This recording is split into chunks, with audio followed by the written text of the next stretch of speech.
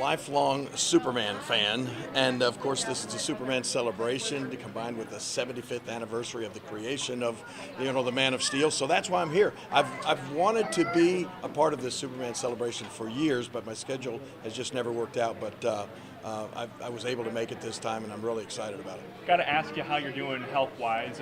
We know you had quite a medical scare there. Yeah, I did, but ago. Actually, I'm doing completely. It's like a complete recovery. I've just had the final clearance about 3 weeks ago from my doctors to go back to doing anything I was doing beforehand, which included wrestling. I even asked the doctor, I said, "Can I play tennis now?" And he said, "Sure." And I said, "I never could before." But anyway, it's everything's really good, so it's fine. As a lifelong fan of wrestling, I've got to tell you that back in '92, when you walked onto the set of Primetime Wrestling, a WWF program, because I had seen you, of course, in Memphis in the AWA World Class, and I was stunned, I was shocked. So tell me how that all worked out. And of course, now 20 plus years later, you're still with the WWE. Yeah, I was sort of stunned and shocked at the time as well, because I had been a bitter rival of the WWF at the time, because it seemed as if they were expanding out all across the entire globe, really, and sort of the small territories or smaller wrestling companies were falling by the wayside as they got bigger and bigger. And myself and my partner Jerry Jarrett, owned one of those small wrestling territories down in Memphis, Tennessee, and we promoted all throughout the Mid-South area. And we felt like the WWF, or what turned out to be the WWE, was going to just finally gobble us up. But I stuck in there, and we maintained, and we were able to withstand that big challenge, which is, really wasn't their intention to do that. It's just what was happening.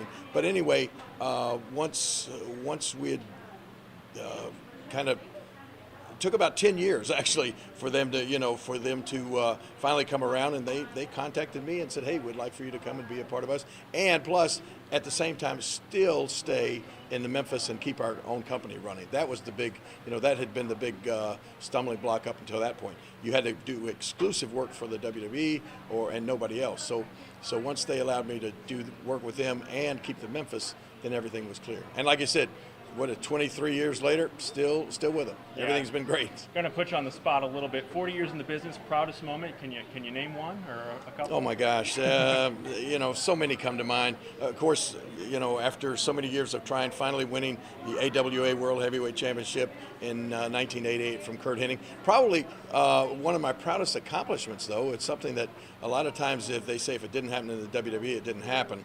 But even the WWE admits and acknowledges that I've won more championships than any other wrestler ever in the history of professional wrestling, over 160 championships in my career. And so that's a proud moment. And then, of course, the match with Andy Kaufman. That was, to me, something that changed the direction of wrestling in general. It went from wrestling to sports entertainment after Andy's involvement. And you've been in there with all the greats: Flair, Hogan, Savage.